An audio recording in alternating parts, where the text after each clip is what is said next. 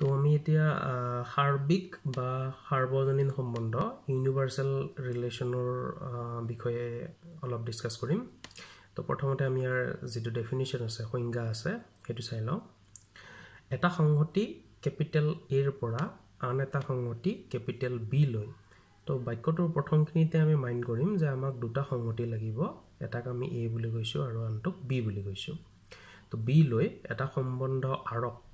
সাৰ্বজনীন সম্বন্ধ বলে যদি এতিয়া এই যেটো যদি বুলি গলে তাৰ কন্ডিশন থাকিব এইখিনি ভালদৰে চাব লাগে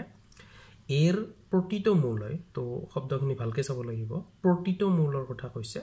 তো ক্যাপিটেল A জি মূল্য থাকিব আটাইকিটাৰ কথা কৈছে তো প্ৰতিটো মূলয় বিৰ প্ৰতিটো মূলৰ সৈতে জড়িত হ'ব তো এই কন্ডিশনখিনি আমি ভালদৰে এতিয়া কেনেকৈ ধৰণে এপ্লাই কৰে কেনেকৈ ধৰণে এটো চাব পাৰি এটো আমি উদাহৰণৰ সহায়ত আকৌ এবাৰ ভালদৰে বুজিলম অৰ্থাৎ r = a × b তো কাৰ্টেজীয় গুণফল যেটো a ৰ পৰা b লৈকে পাম তাত যি ক্ৰমিক জোৰ থাকিব সেইটোৱে সাৰ্বজনীন সম্বন্ধ বুলি আন ধৰণেও ক'ব পাৰি এতিয়া আমি ডায়াগ্ৰামত চাওঁ কেনেকৈ হয় সাপোজ ক্যাপিটেল A ত আমাৰ তিনিটা মূল আছে আমি কলো যে 1 2 3 আৰু ক্যাপিটেল B ত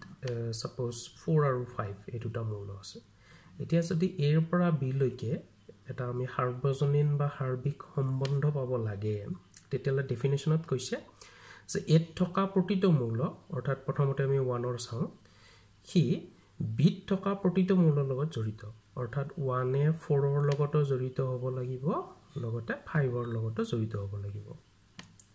1 ৰ পিছত আমি 2 ৰ কথা লাগি চাম যে 2 ও হে একে ধৰণৰে কথা মানিব লাগিব যে 2 এও 4 ৰ লগত জড়িত 5 ৰ লগত জড়িত ঠিক একে ধৰণে 3 ৰ কথা চালেও হে একেটা কথাই মানি চলিব লাগিব 4 ৰ লগত জড়িত 3 এ 5 ৰ লগত জড়িত তো আমি দেখিলো যে এত থকা প্ৰতিটো মূল 1 2 3 ইহতে b ৰ প্ৰতিটো মূলৰ লগত জড়িত তো অৰ্থাৎ আমি r মানে এতিয়া লিখিব পাৰো যে 1 এ 4 ৰ লগত আৰু 5 ৰ লগত জড়িত তো আমি দুটা ক্ৰমিক জোৰ পালো 2 এও 4 ৰ লগত জড়িত 5 ৰ লগত জড়িত তো 2 4 2 5 পালো আৰু 3 ৰ কাৰণেও আমি পালো 3 4 3 5 আৰু এই যেটো আমাৰ ক্ৰমিক জোৰৰ কাৰণে যেটো সংহতি পালো হেতুৱে আসলতে a × b কে বুজাইছে তো এইখিনি বাৰু আমাৰ কাৰ্টেজীয় গুণফলৰ লগত এটা কানেকচন আনিছে যেন হওক তো r বা সাৰ্বজনীন সম্বন্ধৰ কথা ক'লে আমি জাস্ট এটা কথাই মনত ৰাখিম যে প্ৰথম সংহতিটোৰ প্ৰতিটো মূলয় দ্বিতীয় সংহতিটোৰ প্ৰতিটো মূলৰ লগত জড়িত হ'ব লাগিব কোনো এটা ক্ৰমিক জোৰ ৰৈ যাব নোৱাৰে কোনো এটা মূলয় এত থকা কোনো মূলয় বিৰ থকা কোনো মূলৰ লগত জড়িত নোহোৱাকৈ